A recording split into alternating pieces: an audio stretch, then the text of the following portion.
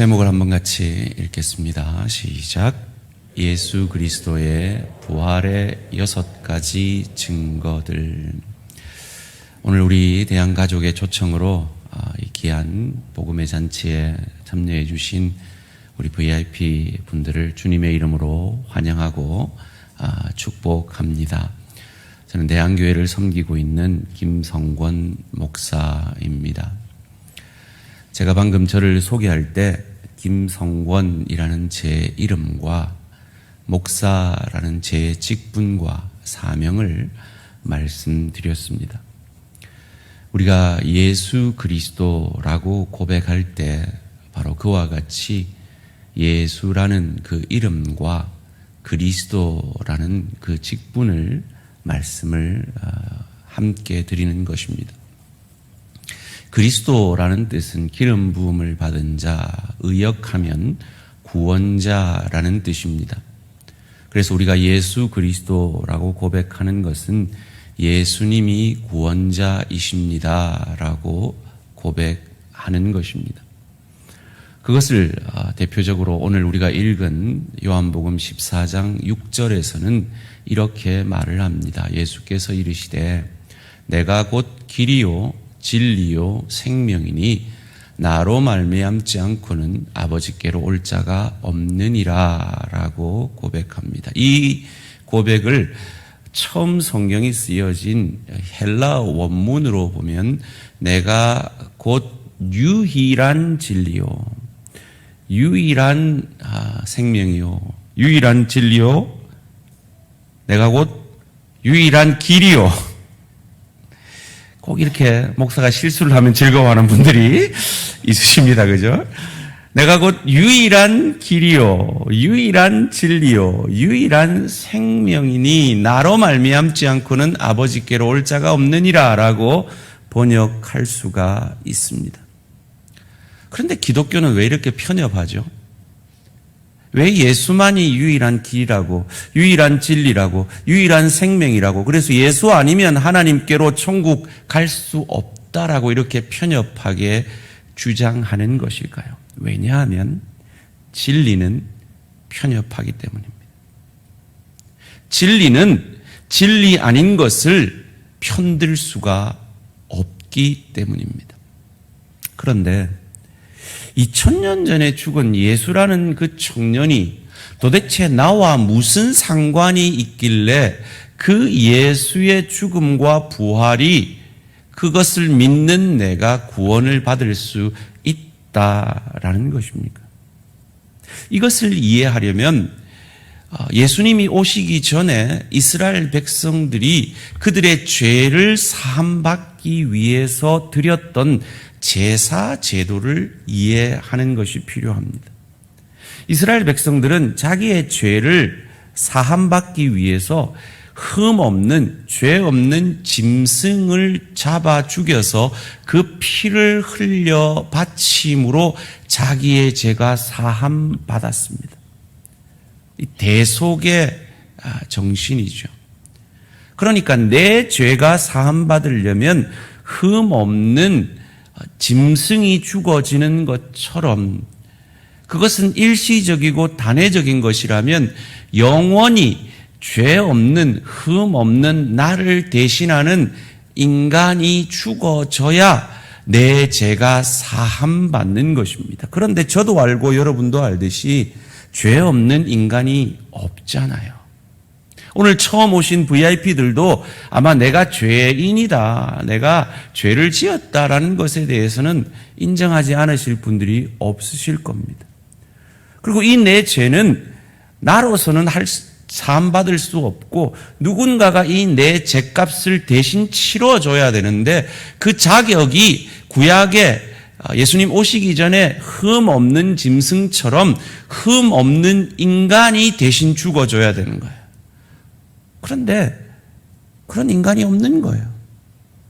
그래서 하나님이 흠 없는 자기 아들을 이 땅에 인간의 모습으로 태어나게 하시고 흠 없는 여인의 처녀의 몸에서 태어나게 하시고 성령으로 태어나게 하시고 그 흠 없는 인간이신 예수께서 우리의 모든 죄를 위해서 십자가에서 죽어주시고, 그리고 그 죽음에서 그가 인간이기만 했다면 끝났을 겁니다. 그럼 우리는 희망이 없습니다. 그런데 그분은 온전한 인간이시기도 하지만 온전한 하나님이시기도 하셔서 그 죽음을 이기고 사흘 만에 부활하셨습니다. 그래서 예수만이 유일한 하나님께 이르는 길이요, 유일한 하나님께 이르는 진리요, 유일한 하나님께 이르는 생명이 되어 주신 것입니다. 기독교를 부활의 종교다라고 말합니다. 모든 종교의 창시자들은 무덤이 있습니다. 그런데 이 기독교의 창시자인 예수 그리스도는 무덤이 없습니다. 왜냐하면 그분은 그 죽음을 이기고 부활하셨기 때문입니다.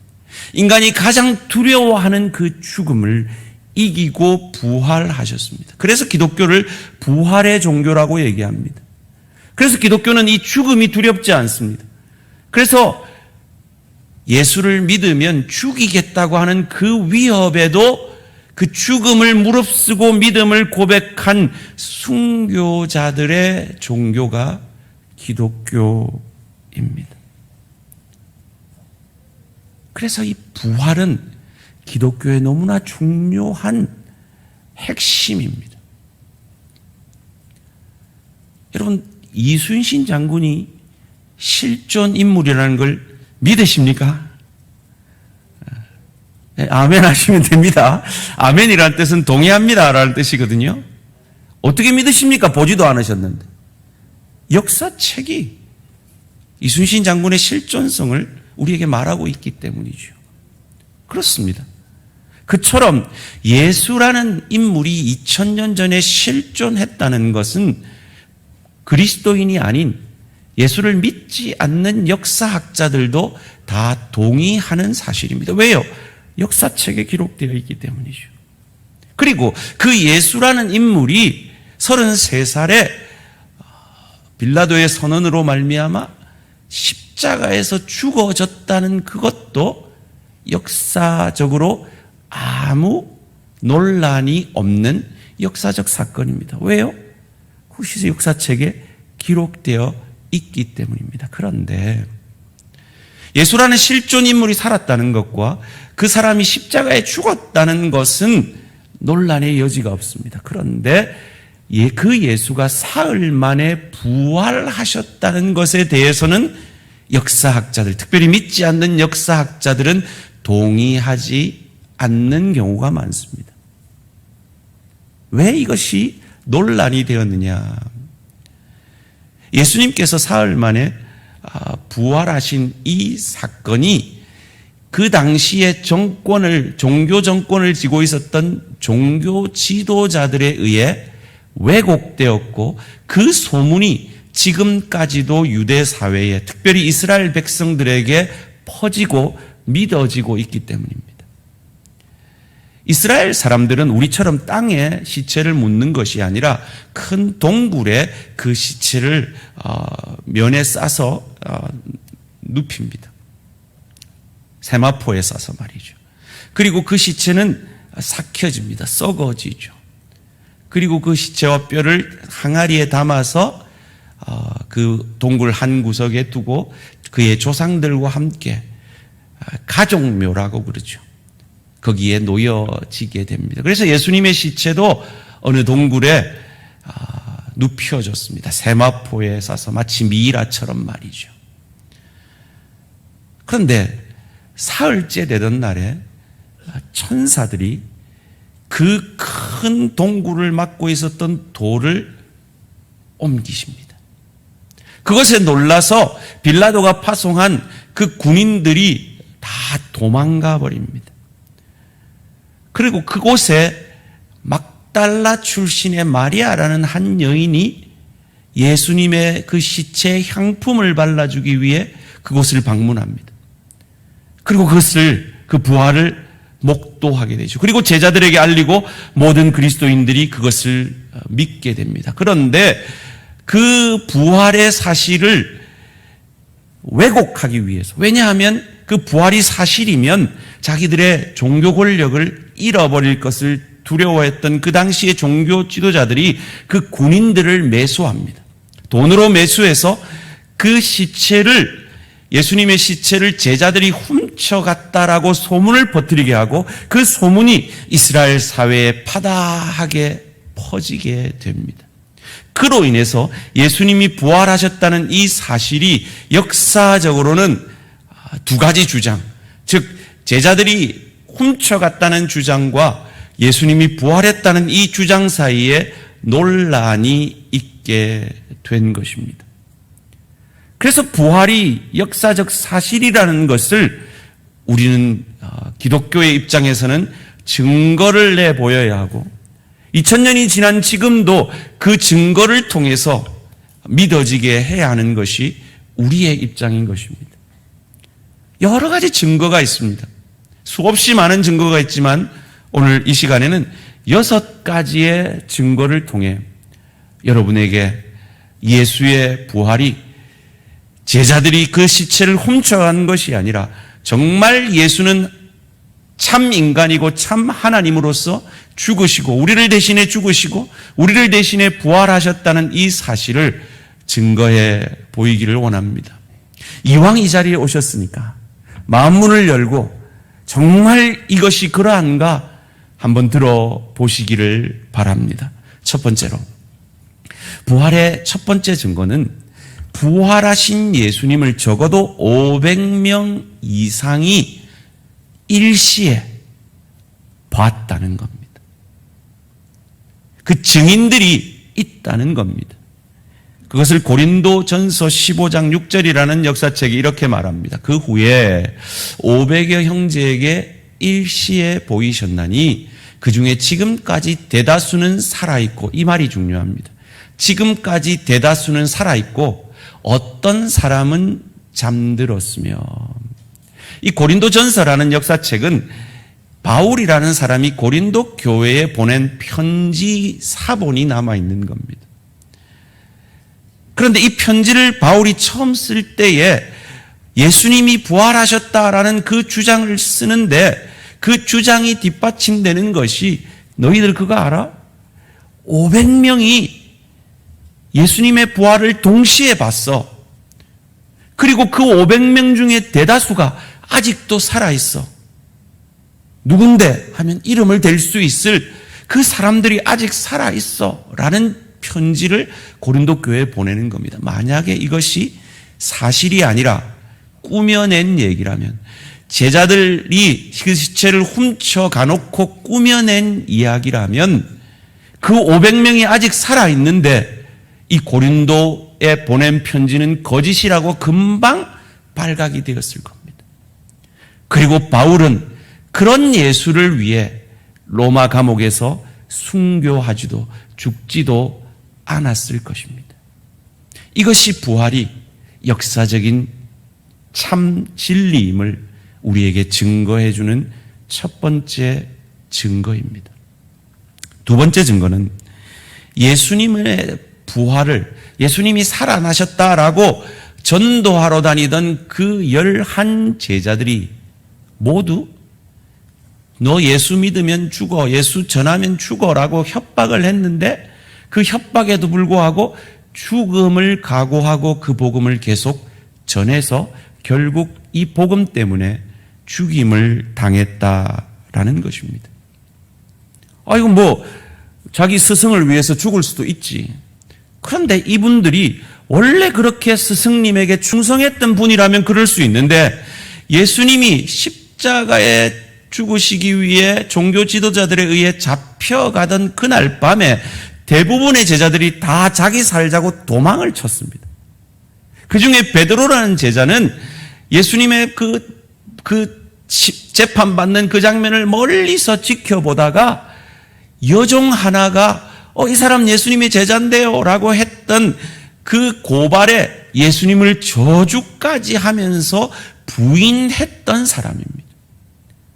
그런데 그들이 예수님이 약속하신 대로 죽었다가 부활하신 모습을 보지 않고는 결코 변화될 수 없던 사람들이 예수님이 부활하신 그 부활의 장면들을 경험하고 보게 되었고, 그 예수님이 40일 동안 부활하신 이후에 그들과 함께 하시다가 하늘로 승천하실 그때에 내가 이제 하나님 아버지께로 가면 너희에게 성령을 선물로 주실 것인데 그 성령을 기도하면서 기다리라 부탁하셨고, 그 말씀대로 기도하면서 기다리다가 성령을 받아서 그 여종 앞에서도 예수를 모른다 저주까지 하며 부인하던 그 베드로가 목숨을 걸고 많은 사람들 앞에서 복음을 전해서 남자만 3,000명과 5,000명이 예수를 믿게 되는 그 도구로 쓰임받게 된 것입니다.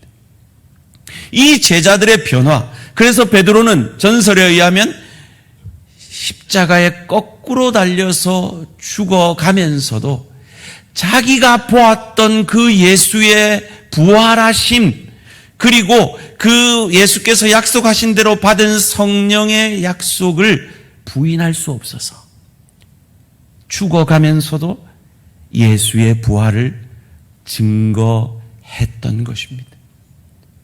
이 제자들의 변화만큼 확실한 부활의 증거는 없는 것이죠.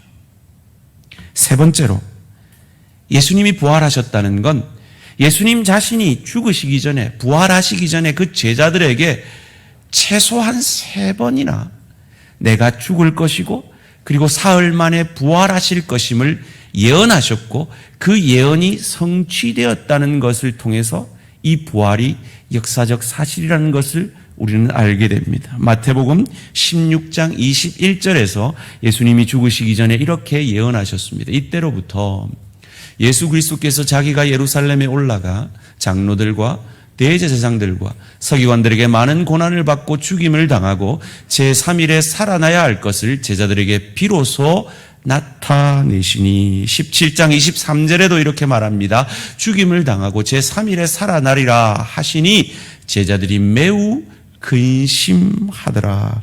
20장 19절에서도 이렇게 말합니다. 이방인들에게 넘겨주어 그를 조롱하며 채찍질하며 십자가에 못 박게 할 것이나 제3일에 살아나리라. 이뿐만이 아닙니다. 예수님이 오시기도 전 수백 년 전에 시편 기자를 통해서 이 예수님의 죽음과 부활은 이렇게 예언되고 있습니다. 시편 16편 10절입니다. 이는 주께서 내 영혼을 스올에 죽음에 버리지 아니하시며 주의 거룩한 자를 멸망시키지, 죽음으로 멸망시키지 아니하고 부활하실 것임을 예수님이 오시기도 전에, 죽으시기도 전에 수백 년 전에 이렇게 예언하셨고, 이 예언대로 예수님은 죽으시고 부활하신 것입니다. 요즘 젊은 사람들이 속된 말로 내가 다 계획이 있어 이러죠. 예수님이 다 계획이 있으셨고 그 계획을 신실히 이루셨다는 이것이 바로 부활이, 예수의 죽음과 부활이 우발적으로 그냥 일어난 것이 아니라 하나님의 구원의 철저한 계획 가운데 일어난 역사적 사실이라는 증거입니다.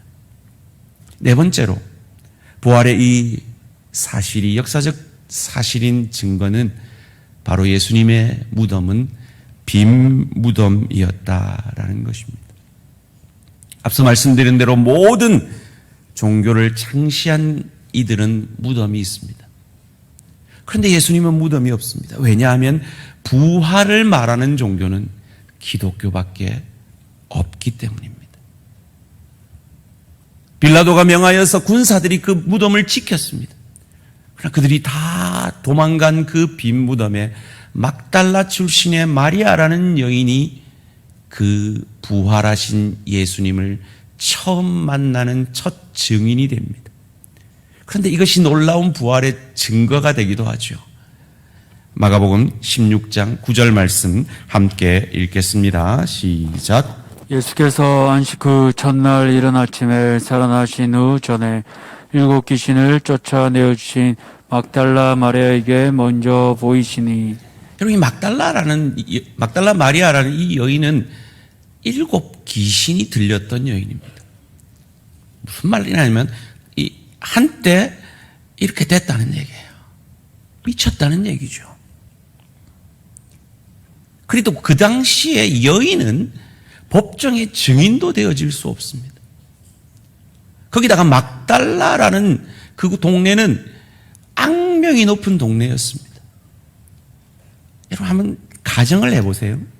예수님의 부활을 제자들이 시체를 훔쳐다가 자기들이 유익을 얻으려고 그 예수의 부활이 사실이 아닌데도 사실인 것처럼 꾸며서 그 부활의 첫 증인의 이야기를 조작하고 있다면 절대로 해서는 안 될 일을 그들은 한 거예요. 왜요? 그 당시에 증인도 될 수 없었던 여인이 그 부활의 첫 증인이 되었고 한때 미쳤던, 그래서 저 옛날에 미친 저 여자가 또 미쳤네 할 수 있는 그 여인을 증인으로, 부활의 첫 증인으로 삼았고, 더군다나 막달라 출신이 하는 말을 어떻게 믿어라고 말할 수 있는 악랄한 동네의 출신이 부활의 첫 증인이 되게 만들었다는 것은, 그것을 조작했다면 가장 어리석게 조작을 한 것이죠.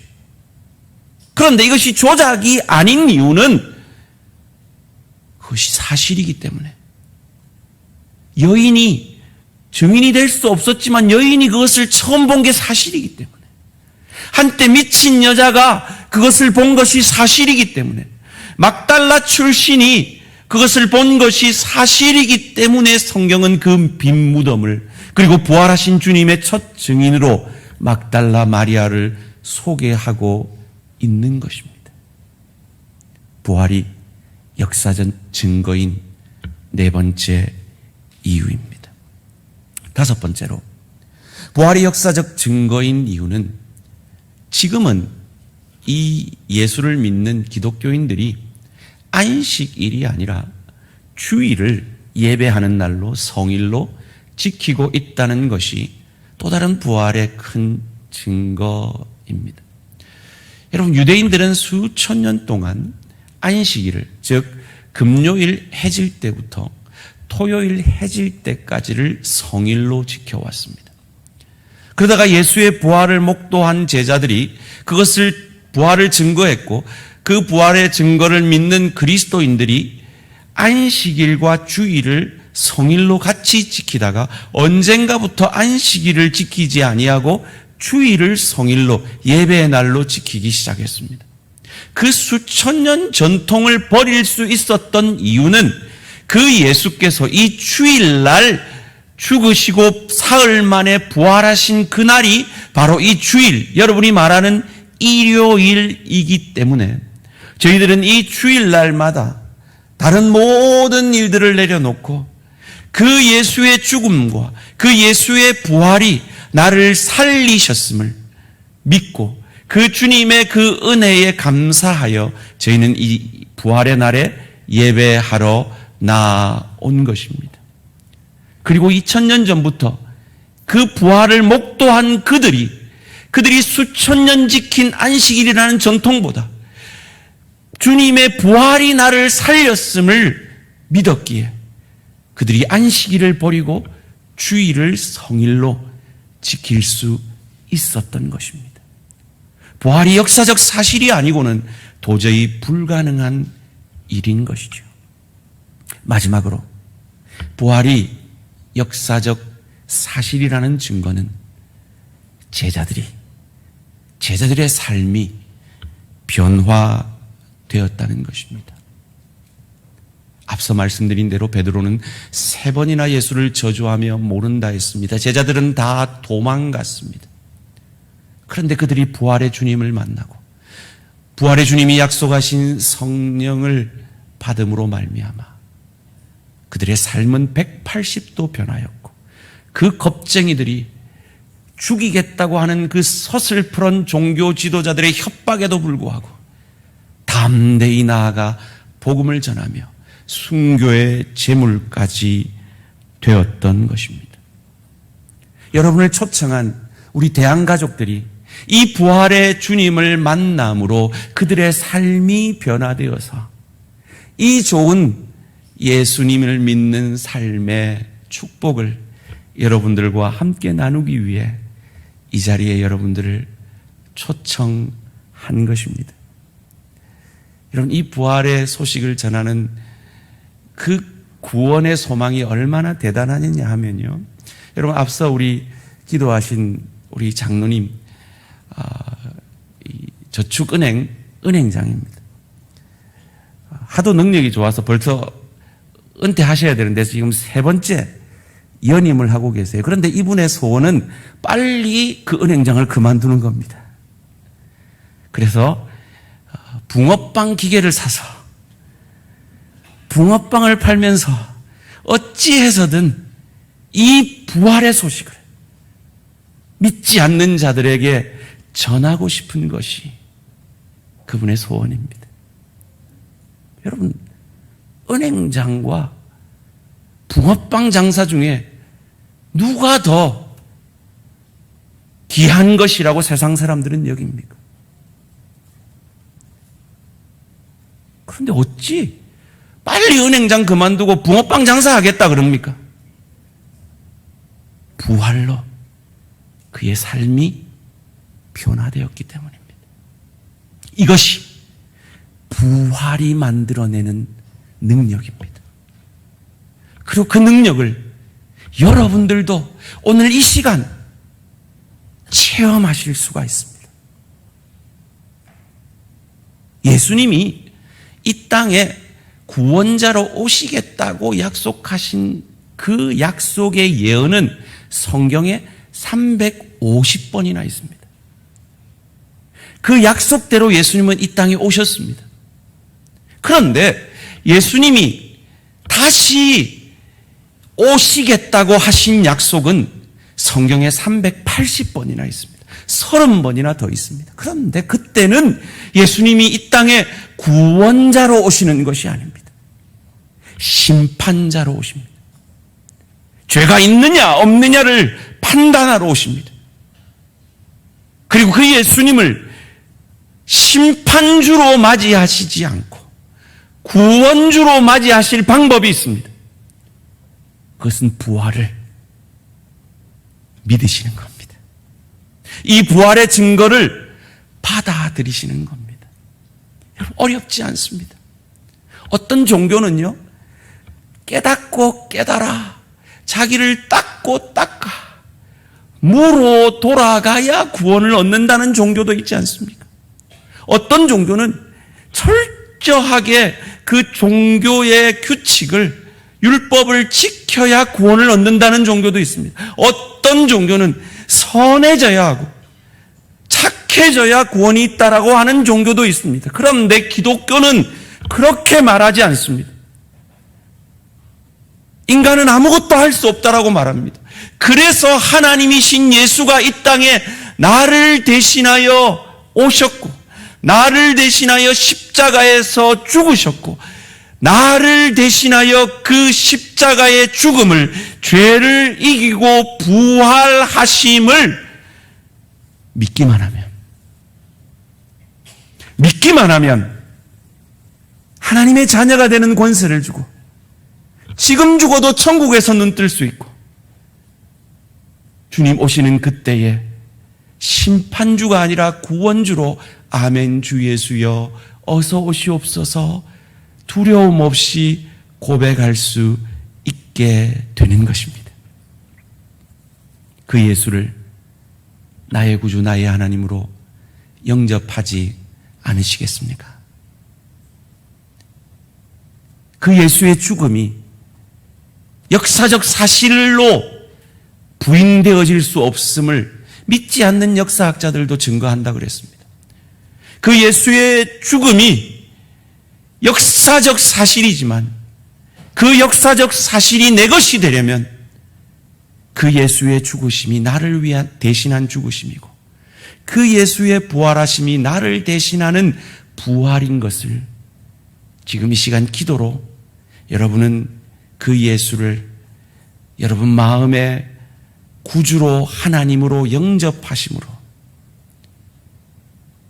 그 복음의 기쁜 소식, 그 예수를 믿기만 하면 구원을 얻는 그 소식이 남의 것이 아니라, 나를 초청한 그분의 것이 아니라 내 것이 되어질 수 있습니다. 이렇게 한번 기도해 보시지 않으시겠습니까?